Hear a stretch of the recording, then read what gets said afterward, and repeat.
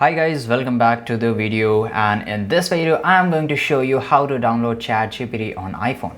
So basically, let me tell you that if you just go to the App Store and here on the search bar, if you type ChatGPT, and just a second it will load here, and here you can see that there are no official application by the ChatGPT, right? So it means that you cannot install ChatGPT over whether it's iPhone or whether it's Android.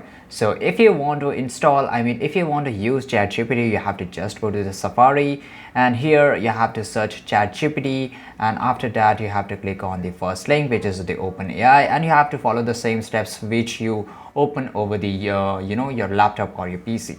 And after that, click on the ChatGPT and you'll be redirected into the ChatGPT, and here you have to just log in, and after that you can use it, right? So this is the multi way where you can use ChatGPT over your phone or over your iPhone. So this is it guys. If you really found this video helpful, make sure to like this video, subscribe our channel, and see you guys in the next video.